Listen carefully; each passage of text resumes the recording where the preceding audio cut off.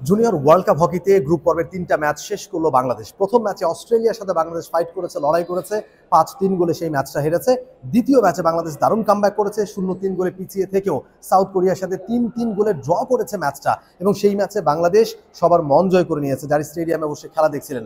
এবং আজকে অনুষ্ঠিত হয়েছে ফ্রান্সের সাথে গ্রুপ পর্বের শেষ ম্যাচ বাংলাদেশের। এরপর আরও 3টা ম্যাচ খেলবে, সেটা স্থান নির্ধারণী ম্যাচ। তবে আজকের ম্যাচটা সবচেয়ে বড় চ্যালেঞ্জ ছিল, সবচেয়ে বড় পরীক্ষা ছিল, কারণ এই গ্রুপের সবচেয়ে র্যাঙ্কিংয়ে এগিয়ে থাকা দল ফ্রান্সের র্যাঙ্কিং ওয়ার্ল্ড র্যাঙ্কিং ৬, সেখানে বাংলাদেশের র্যাঙ্কিং ২০। এই দলটার সাথে অনেকেই ভাবছিল যে হয়তো বাংলাদেশ ১০-১৫টা গোল খাবে, আর সেই জায়গায় বাংলাদেশ ম্যাচটা হেরেছে ৩-২ গোলের ব্যবধানে। দারুণ কম্পিট করেছে, দারুণ ফাইট করেছে, এবং বাংলাদেশের সামনে সুযোগ ছিল। শেষ কোয়ার্টারে এসে বাংলাদেশ দারুণ ফাইট করার চেষ্টা করেছে, সুযোগও তারা ক্রিয়েট করেছিল, তবে গোলটা তারা করতে পারেনি। সব মশার বিরুদ্ধে সুরক্ষা দিতে এলো বসুন্ধরা এক্সট্রিম অ্যারোসল, মশার বিরুদ্ধে এক্সট্রিম সুরক্ষা। সেই জায়গায় এই 3টা ম্যাচ বাংলাদেশ কেমন খেলেছে, বিশেষ করে ফ্রান্সের সাথে বাংলাদেশের এই লড়াইটাকে কিভাবে দেখছেন জনাব মাহবুব হারুন?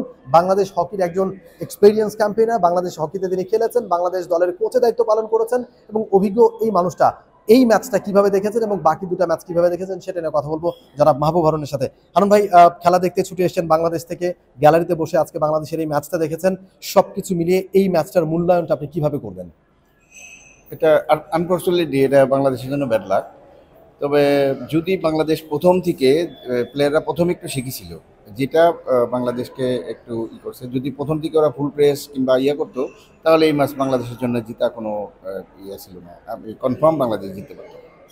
এরকম একটা দলের সাথে আমরা ম্যাচের আগে বা ওয়ার্ল্ড কাপের আগে আমরা ভাবছিলাম যে গ্রুপ পর্বে 3টা ম্যাচই বাংলাদেশ হারবে, এবং বড় বড় ব্যবধানে হারবে, কারণ এই দলগুলো অনেক এগিয়ে এবং তাদের ফ্যাসিলিটিস অনেক হাই বাংলাদেশের থেকে। বাংলাদেশ 4 মাস ট্রেনিং করে এখানে খেলতে আসে, আর এই দলগুলো সারা বছর খেলার মধ্যে থাকে, এরা সারা বছর প্র্যাকটিসের মধ্যে থাকে, ওদের ফ্যাসিলিটিসের কোনো কমতি নেই। সেই জায়গা থেকে আপনি আসলে এই 3টা ম্যাচ নিয়ে যদি মূল্যায়ন করেন, যে বাংলাদেশ আসলে এই 3টা ম্যাচ টোটালি কিভাবে? অ্যাকচুয়ালি আমাদের প্লেয়ারকে তো আমরা ফেডারেশন বলেন কিংবা যে কোনো ক্লাব পর্যায়ে যে আমরা কিছুই দিতে পারি না, কিন্তু প্লেয়ারদের নিজের থেকে তাদের দেশের ফ্ল্যাগের মান সম্মানের খাতিরে তারা এই এফোর্টটা দেয়, যেটা আমাদের খেলোয়াড় লাইফ, আমরা কোচিং লাইফ এবং এখনও প্লেয়াররা সেটাই দিচ্ছে। সো এইটাকে যদি আমাদের গভর্নমেন্ট যদি এটাকে প্রোভাইড না করতে পারে, তাহলে হকি এখানেই থাকবে। যদি এটাকে গভর্নমেন্ট একটু করে প্রোভাইড করে, তাহলে আমাদের হকি ইনশাল্লাহ, এখন জুনিয়র ওয়ার্ল্ড কাপ খেলছি, আমরা সিনিয়র টিম মেন ওয়ার্ল্ড কাপে খেলতে পারবো ইনশাল্লাহ। এটা একটা রাস্তা তৈরি হলো, একটা সিঁড়ি তৈরি হলো।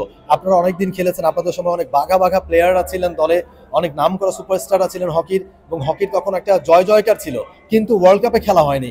এই বিষয়টাকে কিভাবে দেখছেন আপনি?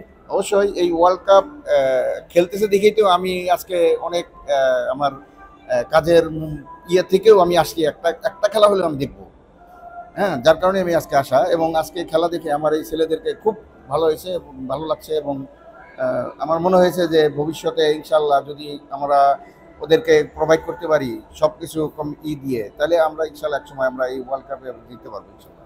আরুন ভাই, আরেকটা জিনিস যেটা হচ্ছে খুব লক্ষণীয়, অনেকেই বলছেন, এটা নিয়ে আলোচনা হচ্ছে যে বাংলাদেশ ওয়ার্ল্ড কাপে খেলছে ক্রিকেটের পরে, মানে বড় যে ডিসিপ্লিনগুলো আছে, cricket, football, hockey one of the biggest discipline, তো ক্রিকেটের পরেই হকি ওয়ার্ল্ড কাপের স্টেজে খেলে যে কোনো ফরম্যাটে।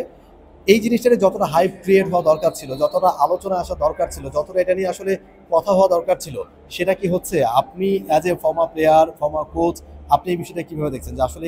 অ্যাকচুয়ালি দেখেন, এখানে অনেকে আসছে, ইসুফ ভাই, নুসলাম ভাই, রাজু, আমরা অনেকেই এই খেলাটা দেখার জন্য এখানে আসছি, যারা আমরা হকি লাভার। কিন্তু মিডিয়া কিন্তু ওইভাবে প্রচার করে নাই যে ক্রিকেটের পরে বাংলাদেশ সেকেন্ড কোনো টিম ওয়ার্ল্ড কাপ খেলছে, সেটা আন্ডার 21 হোক, সেটা আন্ডার 16 হোক, কিন্তু ওয়ার্ল্ড কাপটা খেলছে, এটা this is world cup. So এটা আমার কাছে খুব লাগতেছে যে মিডিয়া এটা কোনো করে নাই। আপনি আসছেন, টি স্পোর্টসে ধন্যবাদ জানাই যে টি স্পোর্টসের মতো একটা স্পোর্টস এবং আমাদের এখানে কভার করতে আসছেন। Thank U T Sports. এখন যে জিনিসটা আসলে দরকার এই দলটার, আমরা স্বপ্ন দেখছি এই দলটা সিনিয়র টিমে খেলবে, এই দলটাকে হাত ধরে আমরা হয়তো সিনিয়র ওয়ার্ল্ড কাপে খেলতে চাই। সেটা যদি করতে হয়, তাহলে আসলে কি বলবেন, কি প্রয়োজন? এখন থেকে আমাদেরকে হয়তো স্টার্ট করতে হবে, সেটা কিভাবে?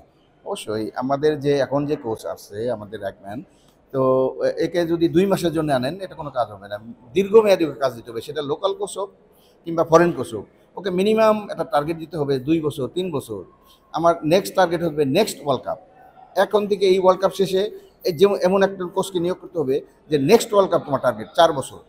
সো তখন সে তাকে ওই ওয়ার্ল্ড কাপ পর্যন্ত নিতে পারবে। আপনি 2 মাস কিংবা 1 মাস, আমাদের তো একটা টুর্নামেন্ট ওয়াইজ কোচ চেঞ্জ হয়। সো একটা কোচের একটা থিম থাকে। সো এটা হবে না, কোনোদিনও ডেভেলপ হবে না। তো আপনাকে একটা কোচকে দিতে হবে মিনিমাম 2 বছর অথবা 4 বছর। তাহলে তার তার মেধা দিয়ে, তার দিয়ে সে একটা স্টেজে নিতে পারবে। কিন্তু আমাদের হয় কি টুর্নামেন্ট বাই টুর্নামেন্ট চেঞ্জ হয়। সো এটা তাই হবে না কোনোদিন। এক কোচ আসে বলবে মানে এদিকে করো, কোচ আছে এদিকে বলবে, এটা কোনো ইমপ্রুভমেন্ট হবে না। সো আপনাকে দীর্ঘমেয়াদী একটা কোচকে নিয়োগ করতে হবে, দেন আপনি ইনশাল্লাহ ভালো দিকে যাবে। Thank you Arun, thank you so much আমাদের সাথে যুক্ত হওয়ার জন্য।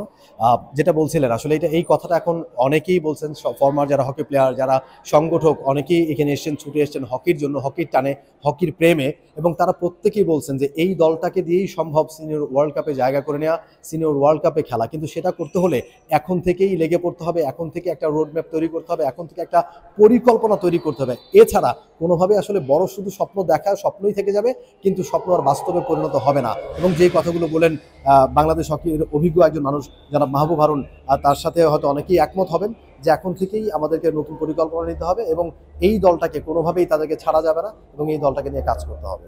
For more updates, subscribe to our YouTube channel and click on the bell icon. Follow us on Facebook and Instagram. Download T-Sports app to enjoy exciting games and highlights. Visit tsports.com.